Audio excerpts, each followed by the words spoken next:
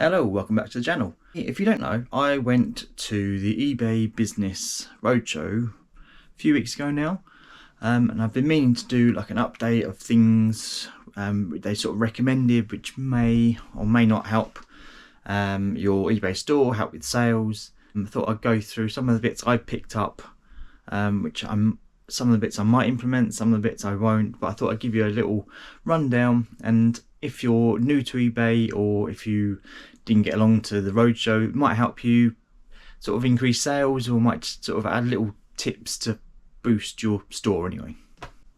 So there's a few little bits which I won't go into the little bits, I sort of go through the main. So there was a part which was about improving visibility of your store and of your listings.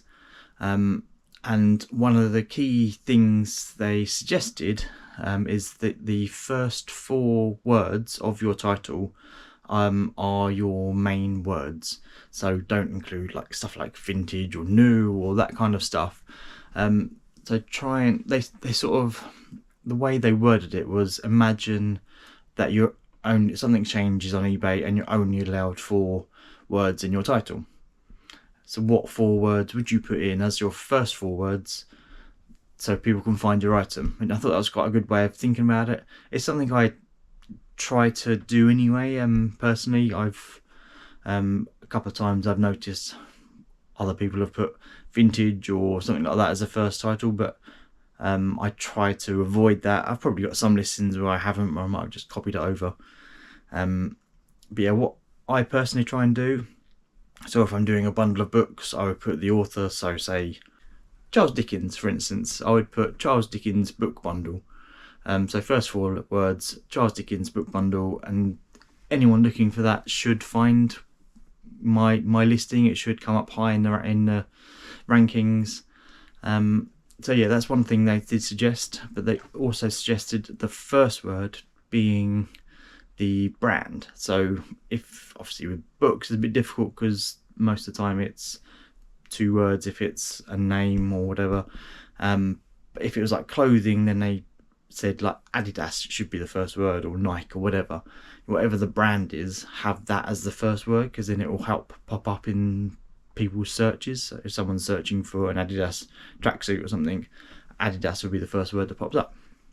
Obviously they sort of suggested using keywords, which are kind of, in my mind it goes without saying, but then I've been on eBay for quite a while. But if you're new, then make sure you try and just describe the item in as many sort of words as you can. So don't try and bulk it out with, I try not to use ands and and if that's part of the title, then I title the book or the film or whatever, I put the or and. Otherwise I just use an ampersand, which is the and sign, or a plus, sometimes just to sort of show that there's extra bits going on. So if it's black, if it's big, if it's for men, if it's whatever it is, if it's, I keep up back to books because that's what I know, but I tried to put if it's paperback or if it's hardback. If it's a mixed lot of paperbacks and hardbacks, I try to put paperback and hardback in the title, or paperback / hardback mixed lot, something like that. But yeah, try and get as many keywords in there, because obviously the more words you get in there, the better, and the higher it come up in the rankings. And they also suggested is obviously try and use as many of the 80 letters that you get for the title. I've seen some people that just use a few words, just comes up with the title, but just try and pack that title out as much as you can. I've heard other resellers say that 65 words is kind of, 65 letters is kind of the minimum. So I try and aim for 65 letters. If I can. Where I can't, I can't. I just sometimes there's no more ways to describe a book than the title and name if it's a short title. But yeah, that's definitely something you should try and do. One thing they definitely said to try and avoid as well is emojis and extra exclamation marks type thing, because it doesn't help, doesn't make any difference really to the search engine, which is all eBay is a search engine. Hopefully some tips there might make you think about your listings, and when you're creating a new one, just sort of tweak it slightly. With regards to photos, they suggested, as they quite often do, and I don't necessarily agree with it, but is a white background, and just have the item on with a white background. You can use their editing tool, so eBay's background remover tool, which isn't great. I've tried it a few times. It kind of removes, sometimes it does it, other times it doesn't. So yeah, there's other apps you can use. I think it's Photo Box or something like that you can use, but then you have to pay for it. Personally, I don't really remove it, and I've not noticed any difference because of it. I tend to have I have a white background, but I tend to sit it on a wooden table, so it sort of gives a bit of a contrast to the colours. But they sort of say just the item with the white background. Something, if you want to try that, up to you. Personally, I don't think it makes a difference. But they do say to have that as your first picture, and if you wanted to do another picture with, like, as a lifestyle image as a second one. So if you're selling curtains, for instance, then you might want to show the curtains up in a front room, or something like that, or a teddy bear on a sofa or something like that. They suggest that as a second image rather than the first image, because that won't help boost up in the sales, in the ranking so much, apparently.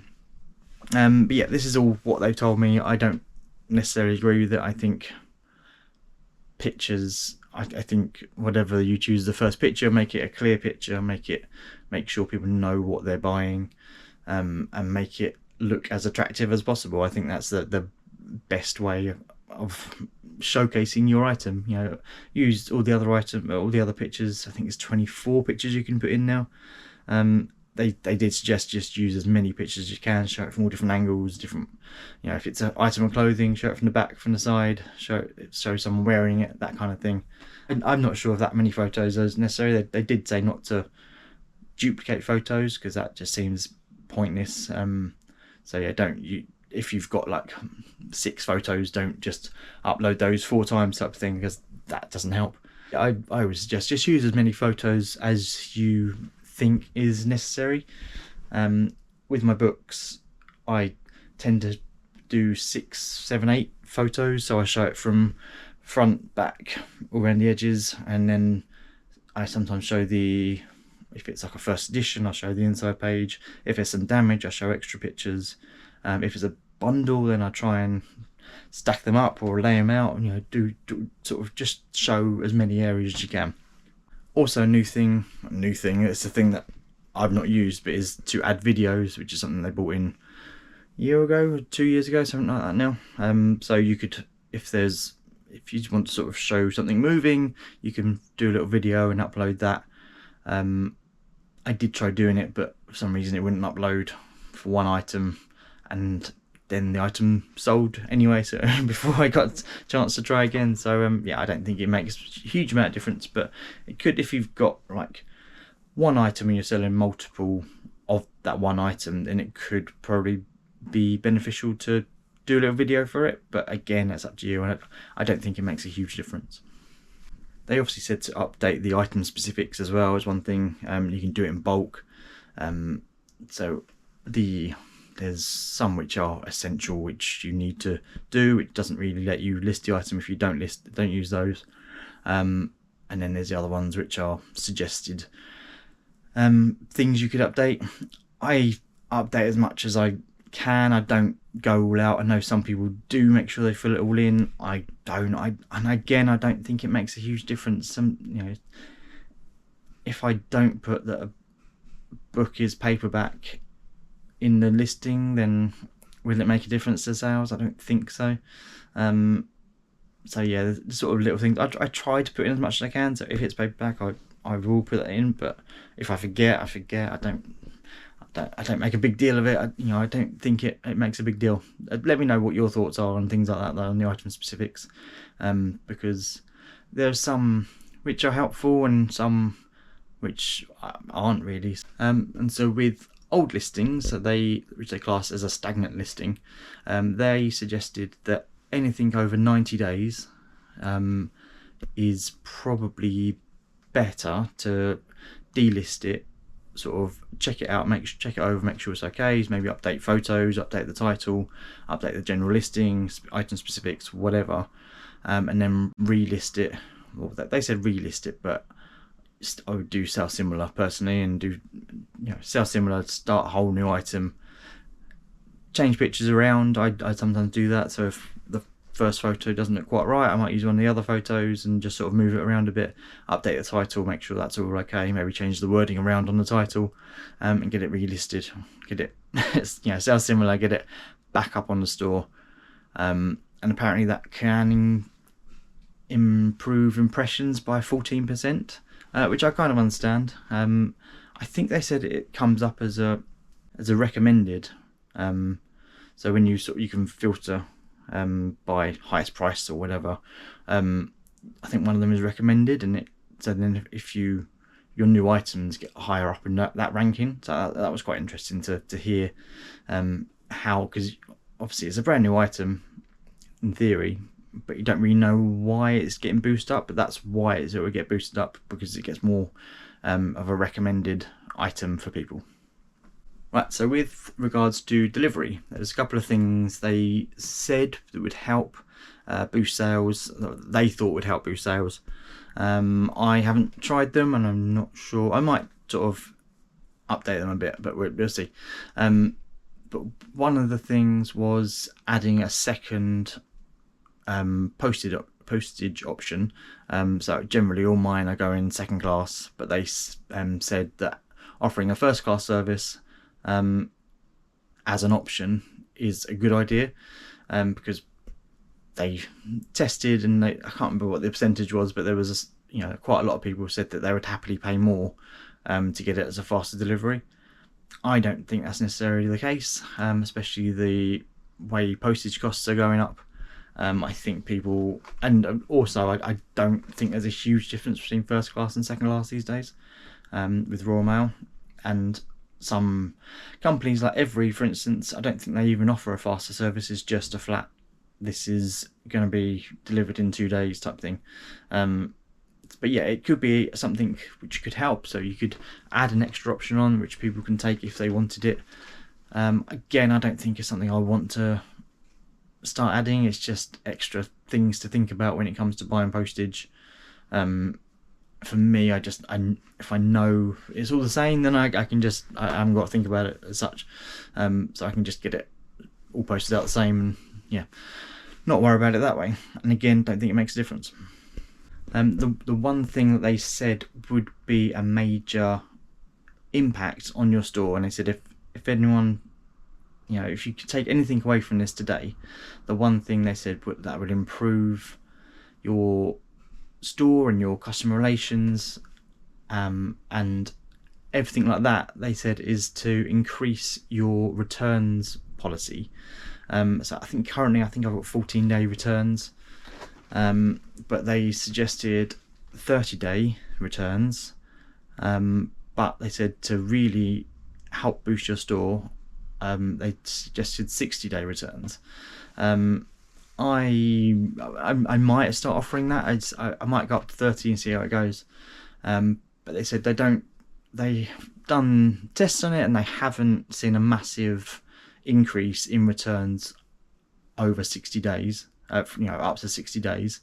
So in terms of that, it doesn't make much difference, but apparently it's really good for customer service. So it boosts your buyers' confidence in yourself, in your business, in your eBay shop, whatever you got. So that is one thing I will look into, but they said it can make a massive difference. Again, I don't think it will make a massive difference. I will try, I think 30 days. I can't see it making a massive difference, especially, well, a lot of, obviously, the items I said are books, so part of me doesn't want to offer too big a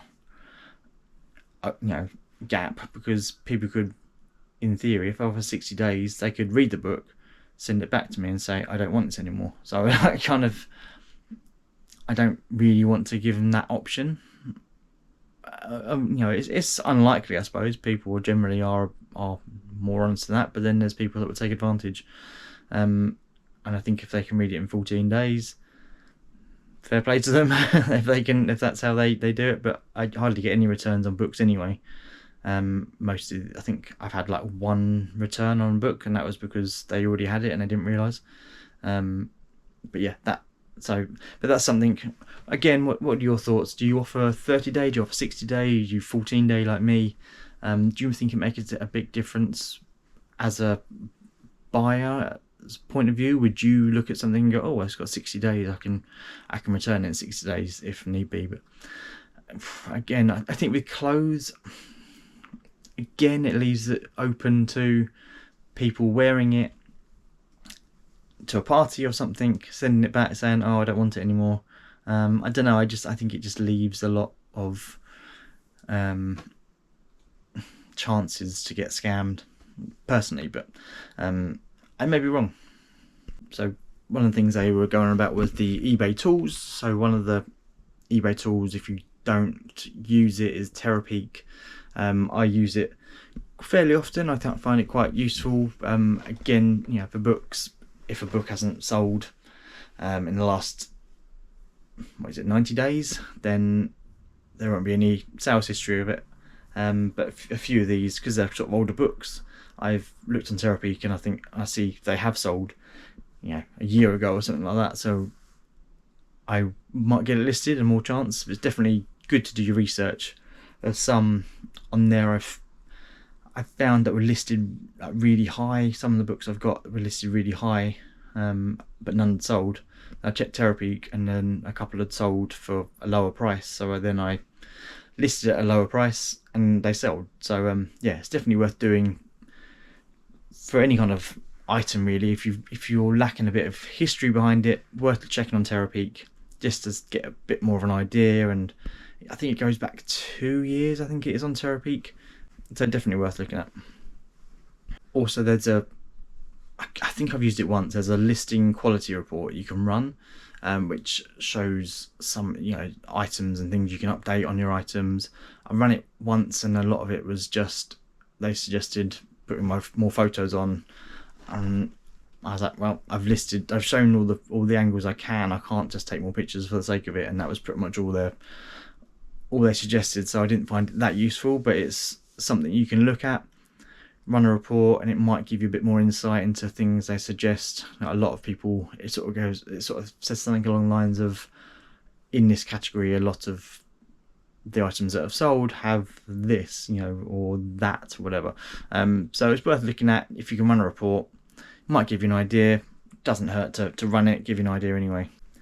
Another eBay tool is the eBay Academy, which is not something I've looked at personally, but basically they sort of said everything they've spoken about today is on their eBay Academy, so you can sort of put yourself through the academy to learn everything. They also sort of said if you're getting new staff in, so if you're taking on people to help you, then it could be an idea to put them through the eBay Academy, which I thought was quite a good idea. But then it also only shows them the eBay way rather than your own personal way of doing things. But it's something that's there, could be worth checking out. Have a look. There's loads of videos, I think, and there's loads of stuff on there that you can look at. Right, so with regards to your actual eBay shop, they have suggested so using branding, so using your banner and your picture, making sure that it sort of all matches up and makes your shop look inviting, and that people see your picture, so when they click on your item, they might be able to scroll down and see your photo or your branding or your logo, whatever it is, and it just helps boost buyer confidence. Again, I'm not so sure if that's the case with eBay, but I've got it on mine. I don't really think it makes a difference. I updated it a couple of years ago, maybe. I don't think it's made much difference to my sales, but it just sort of helps boost people. People knowing your brand, so when they see that logo or see the colours or whatever, they know it's you, and if they've bought from you before, then they know, then they can trust you. you can now add a link to your Instagram account and to your Facebook account, I think, or vice versa. I can't remember how it works.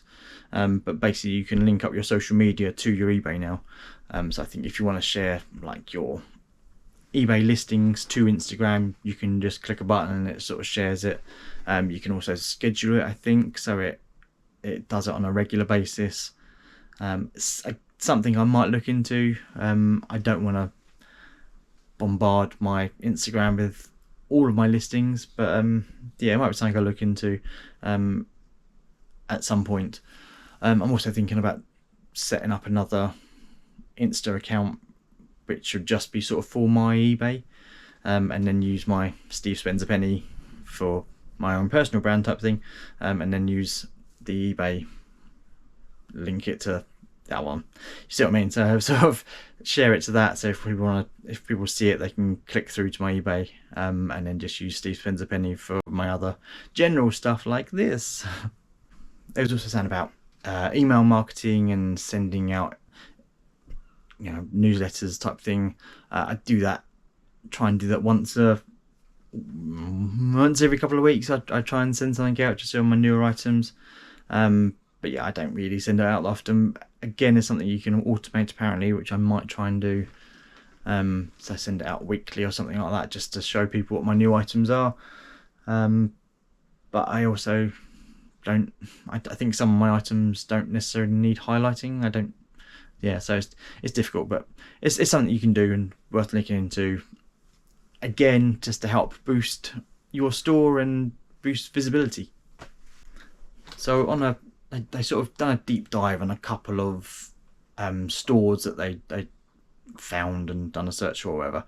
And one thing they sort of said, there was some people have like a just in section on their store, and some people it still shows like seasonal items, so they might show Christmas items on there. So just make sure that you keep that up to date. So with the new season, so spring, make sure you update it to show spring items that are gonna, you know, people want to see that rather than want to see Christmas items.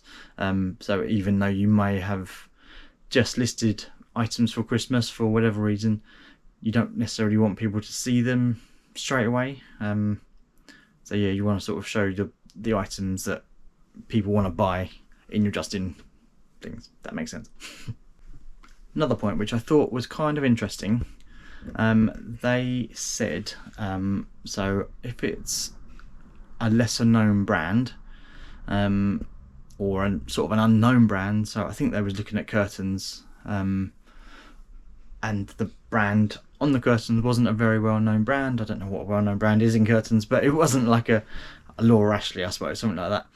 And there wasn't many listings for that, or no listings for that brand. So they actually suggested that instead of putting the brand name in, that you just put unbranded, because that is more likely to come up on people's search results. So they say that that's probably people are more likely to filter unbranded than they are for your random brand. So it could be worth looking at. I thought it was quite interesting, because I personally would just want to put the brand in, whatever it was, because there's probably someone out there looking for that brand, whatever it is.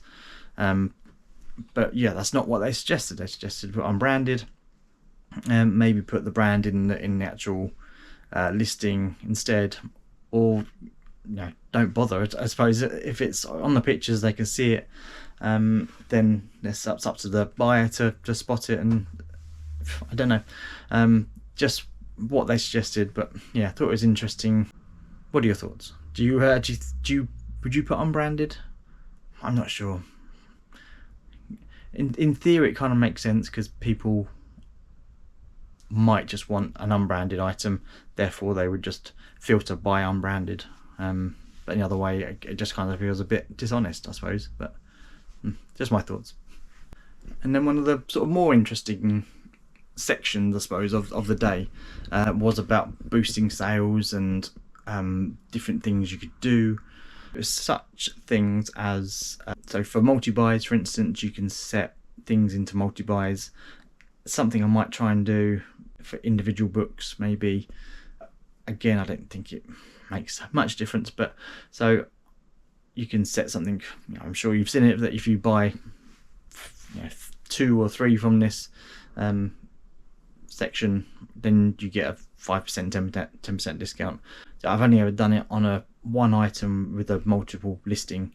So if there's 5 of one item, I'm selling 5 of one item, whatever, then if you buy 2, then you get an extra 10% off type thing. I've never done it over a whole category, so that could be worth looking into. Again, if you're a niche seller, could be something which might help.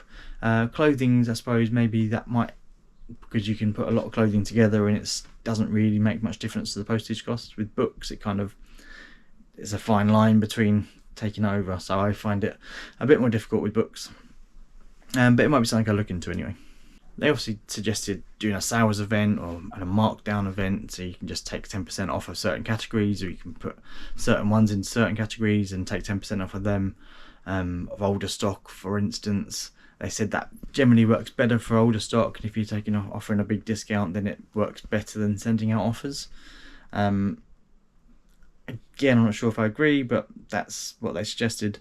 With regards to sending offers, they suggested that you do it sort of more at the end of the month, or at the end of by Saturday, so people see it as more of a treat. And they sort of suggested that offers is best to send out on sort of one-of-a-kind items that so if it's like a collectible, for instance, if you send an offer out on a collectible, people are more likely to go, oh yeah, I'll treat myself. There's someone's just sent me a 10% offer, a 10% off offer. Again, I don't necessarily agree that that's the case. I send offers out all the time on everything. Some get taken up, some don't. Doesn't really make a difference what time of day it is, what time of the week it is, what time of the month. Obviously you're going to get more sales more at the start of the month than you are at the middle of the month, but that's just basics. So yeah, I don't think it makes a difference personally, but again, let me know your thoughts. And they said about doing a targeting buyer groups, for instance, so like previous buyers of your items, you can send out offer to those, that type of thing, send out coupons.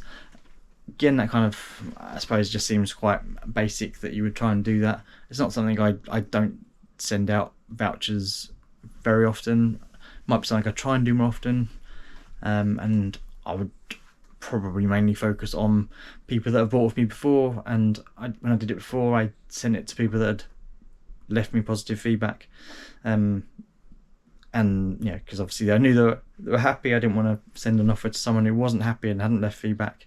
So yeah, it's all little things that you can add to your store to sort of try and increase sales, try and get a bit more of your store out there, and just generally help boost everything, apparently. So to sum up, my takeaways of things I want to try and implement myself on my store are the 30-60 day delivery 30-60 day return policy. So I might try and update that this week, get that, let's see if it makes a difference. Again, don't think it will, but I'm not expecting a huge influx of items being returned to me either, so I don't think there's anything to lose from it. Faster delivery option, I'm still on the fence about offering that. My gut tells me not to bother, but it might be something in the future. I've had a few people say, can you post that quicker, and I'm happy to pay extra, but by that point they've generally already paid, so yeah, maybe it's an option. I'm also going to update my shop to show there's a highlighted section, so you can put some items in there to show that, so when people come to your shop, they're like the first ones they see. I think when I first opened my shop, I would do that quite regularly, but then I didn't bother, because obviously then the items sell and you have to sort of keep updating it. So it might be something I try and do on a bit more regular basis, but I don't think it makes a massive difference. It just makes your store look a little bit nicer, I suppose, but does it make a difference? I don't know. I'm going to try and send newsletters more regularly, so again, maybe once a week. Try and set it up so it's automatically done, but again, I keep harping on about it. I don't know. I don't think it makes a difference. Multi-buy option, something I'm going to look at. Again, just I sell a lot of big bundles of books which go over the 2 kilogram limit, which means the sort of the difference in weights is quite vast. So anything from 2 to 10, 15 kilograms in that sort of weight is almost the same price to post. So that might be something I do for bigger items, and just sort of say, this is what it is.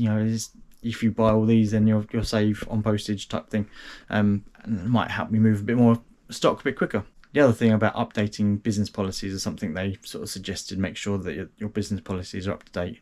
But no, there's something I'm going to look at mine. I think mine are up to date, but it makes a difference if people come to your shop and then look at your business policies. But I don't personally. If I'm buying something, I wouldn't necessarily look through all someone's business policies to decide whether I'm going to buy it. If I want the item, I buy it. I don't go through the whole rigmarole of that, so I don't think it makes much difference. But yeah, I think that's pretty much it. That's as much as I took away from it. The actual day was quite nice. I met a few people. I met actually someone who subscribed to my channel, which is quite surprising. So that was good. I met another bookseller. We swapped numbers. His store, it sounds like he's having problems with his store, and I kind of would want to grab hold of it and have a look at it myself, but I couldn't. But he was, I don't think he watches my channel, but he said that his 90-day total was about 20,000, I think it was, which is fairly good, a lot better than mine. But he also had 7,000 items listed, which makes me think he's doing something wrong. His sell-through rate wasn't great. But he did just sell books. My first question was, where do you store 7,000 books? But he apparently had like containers. He had a big unit. So yeah, he had tons of stuff. He had, I think he said it was, I can't remember if it was 2 or 4. I think he might have been 2 full-time workers and 2 part-time workers that worked for him as well. So I don't know how he is paying them on that kind of money, but yeah, interesting to sort of speak to other people as well. There was one guy that came up to me and asked me if I sold PCs. I didn't. He just went okay and walked off, which was it's kind of nice. The food was good, so if you get a chance to go to one, there was breakfast, lunch, and snacks as well in the afternoon.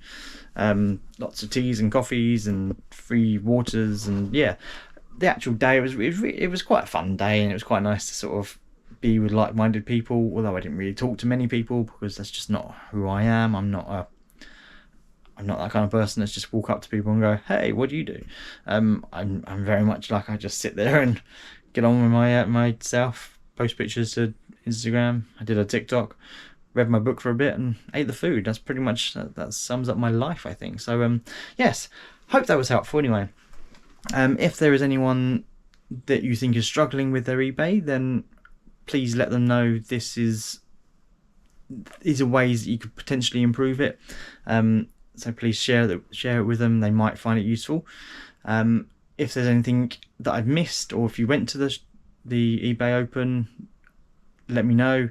If there's anything that stood out to you when you listened to all the stuff. Yeah, there was a whole section which I kind of drifted off about promoted listings. So yeah, I kind of just sort of shut my eyes almost to that bit because I don't think I don't want to go down that route. But yeah, anyway, I'll leave it there. Thank you very much for watching. I hope you found something useful. Let me know in the comments, and I will see you soon. Thank you. Bye bye.